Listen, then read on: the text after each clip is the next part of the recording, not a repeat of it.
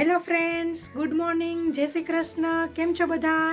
સવારના 7:30 થયા છે અને તો હવે શું કામ કરીશું તે બતા. તો જે રાત્રે મશીન કર્યું હોય તેના વાસણ કાઢીશું. ચાના વાસણ નીકળી ગયા છે. દૂધ આપણું ગરમ થઈ ગયું છે. સાથે અમારા મા દીકરીની બેવની ચા પણ રેડી થઈ ગઈ છે. તો હવે ચા પી લેશું.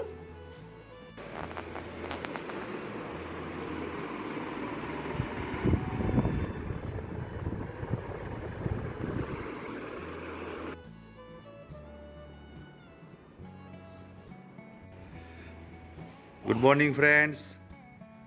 આજે મારે રજા છે ઓફિસે. નિર્વા અને રૂહી ભાઈ ઉઠી ગઈ છે. નિર્વા, હાય. રૂહી બે રમે છે, બે બહેનો. હાય હાય નિર્વા, હાય કરો. ગુડ મોર્નિંગ, જય શ્રી કૃષ્ણ. એ નિર્વા નિર્વા નિર્વા નિર્વા.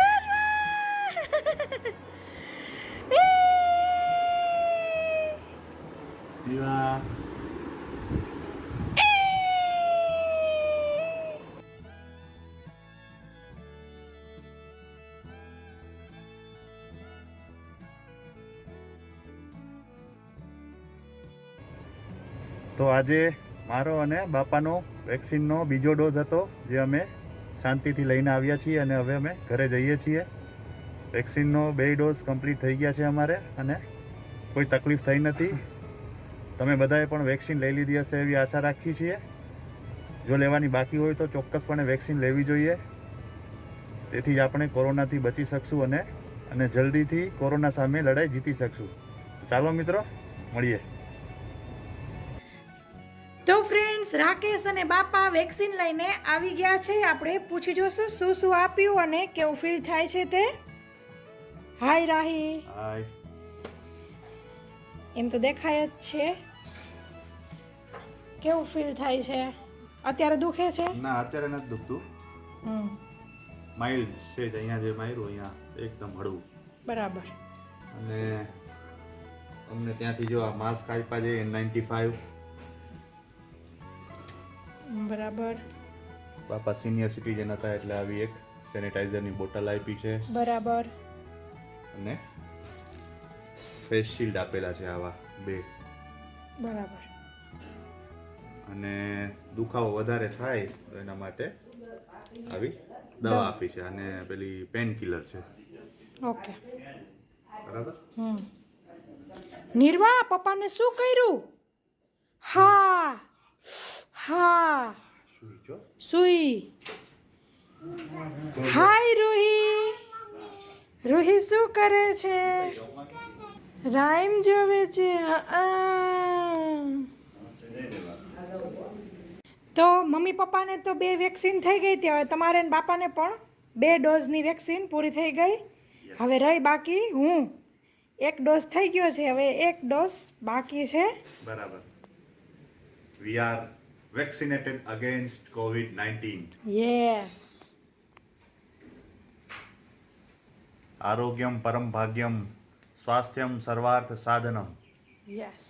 આ આપણો મંત્ર છે. આવો મેસેજ દઈ દો. તો રાકેશને કંઈક કેવું છે તો તે કેસ. મિત્રો, તમારામાંથી જે કોઈને પણ કોવિડ વેક્સિન બાકી હોય, પહેલો ડોઝ લઈ લીધો હોય, બીજો બાકી હોય અથવા તો 2 ડોઝ બાકી હોય તો ચોક્કસપણે અચૂકથી લેવા જોઈએ. તેની કોઈ પણ સાઈડ ઇફેક્ટ્સ નથી અને તે કોરોના સામે ખૂબ જ અસરકારક છે. તો આશા રાખીએ છીએ કે તમે બધા ચોક્કસપણે વેક્સિન લઈ લેશો. આપણે બધાએ આ સાથે મળીને લડાઈ જીતવાની છે કોરોના સામેની. વાતાવરણ પણ બહુ મસ્ત છે, તમને હું બતાવું.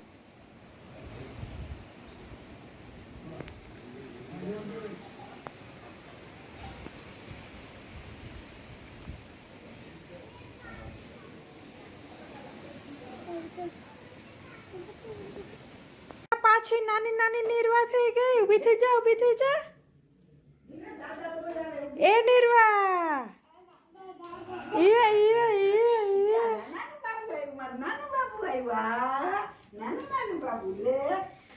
બાપા જમવા બેસી ગયા છે. બાપા બહુ દુખતું નથી ને હાથ? શું નિર્વા આ ડબ્બો કેનો છે? ગુડ ગુડ ગુડ ગુડ જો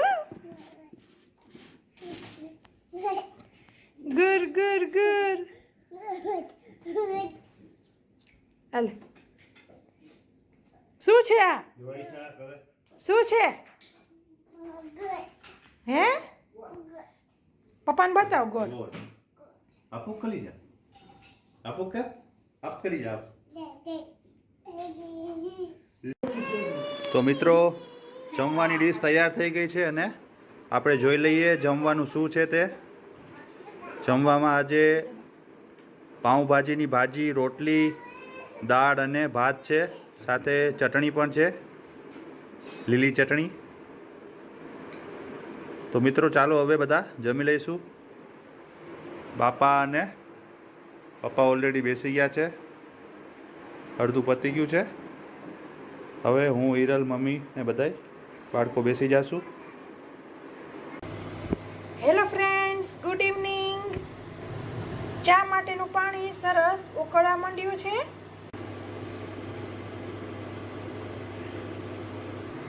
તો મિત્રો દૂધ ઉમેરી દીધેલું છે અને મારું આ હીટરમાં આવી રીતે એક માઇનસ કરી દે તો તેની મેળે મેળે ચા થયા કરે છે, એટલે કે ઉપર નીચે થયા કરે છે.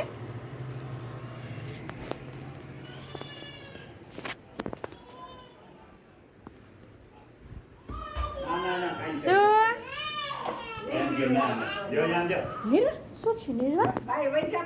શું થયું? હેંગી હેંગી નિર્વા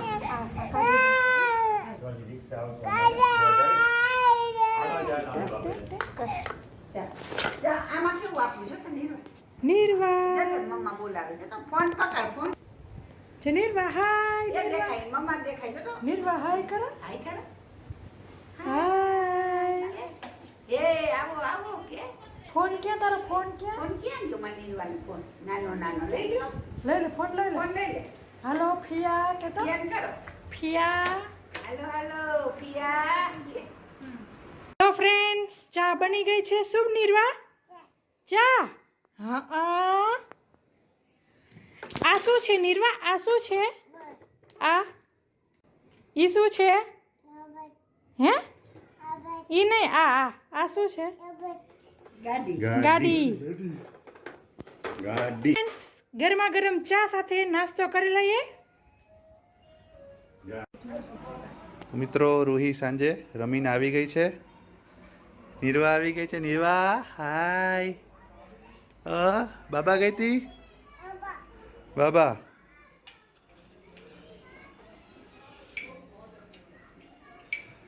બા આવી ગયા છે. જય શ્રી કૃષ્ણ. જય શ્રી કૃષ્ણ. રૂહી બાપાને જમવા માટે બોલાવવા આવી ગઈ છે. આજ તો નિર્વાય છે. નિર્વા હાલો. બાપાના જે વેક્સિનેશન લીધેલી છે એટલે બાપા થોડાક આરામમાં હતા. બીજો ડોઝ બાકી હતો, આજે કમ્પ્લીટ થઈ ગયો છે. બે દીકરી તેડવા આવી ગઈ છે. નિર્વા હાલો બેટા, બાપાને બોલાવી લે. હાલ, કાંઈ વાંધો નહીં, ભલે રે.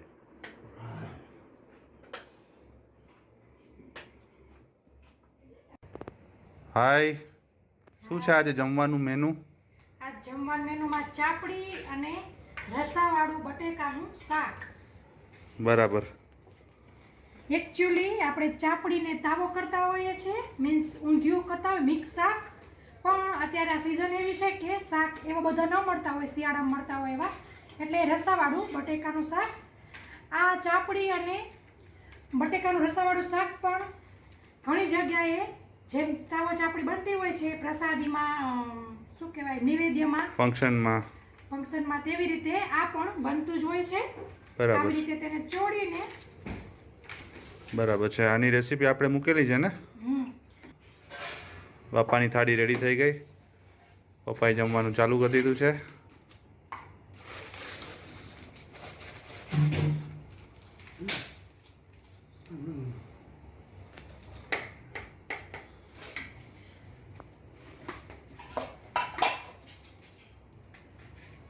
સાથે ફ્રાઈમ્સ પણ છે.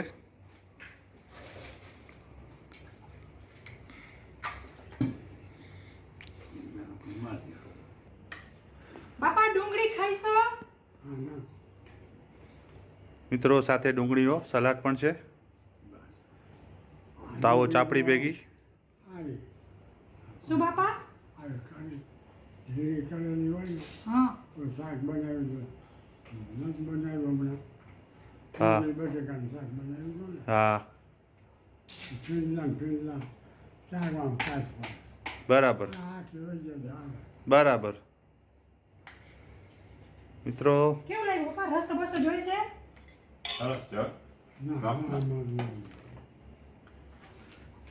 તો આ તાવો ચાપડી એટલે કે તાવો અને બટેકાના રસાવાળા શાક સાથે કાચી ડુંગળી સલાડમાં મસ્ત લાગે છે. ચાલો મિત્રો હવે જમી લેશું. આ રીતે ચાપડીને ચોળવી પડે છે. કાઠિયાવાડી ભાષામાં આપણે કહીએ તો રોટલો અને ચૂરમું જે રીતે બનાવીએ એ રીતે ભૂકો કરીને પછી એમાં શાક નાખીને ખાવાનું હોય છે. કાઠિયાવાડી લોકોને આ વસ્તુ ખ્યાલ જ છે. તો મિત્રો બા પણ હવે જમવા બેસી ગયા છે. અહીંયા બીજી એક પ્લેટ તૈયાર થાય છે. બા કેવું લાગ્યું? સારું થયું, સરસ હો બચ્ચા, મસ્ત થયું બધું. બરાબર ડુંગળી ને બે બહુ બસાર લાગે. બરાબર. બાપા આવો. તાવો ચાપડી કેવું છે? બહુ સરસ. હા ઢોકળિયા ચૂરવા જેવી. ઢોકળિયા ચૂરમા જેવી. સાચું. બાપાએ એક જૂની વાનગીનું નામ લીધું છે. ઢોકળીનું ચૂરમું બનાવે. હા એ આપણે હનુમાનજીને ચડાવવા જઈએ ને ઢોકળિયા આવા ઢોહા જેવા કરે હનુમાન જયંતીને ચડાવવા જાય. બરાબર.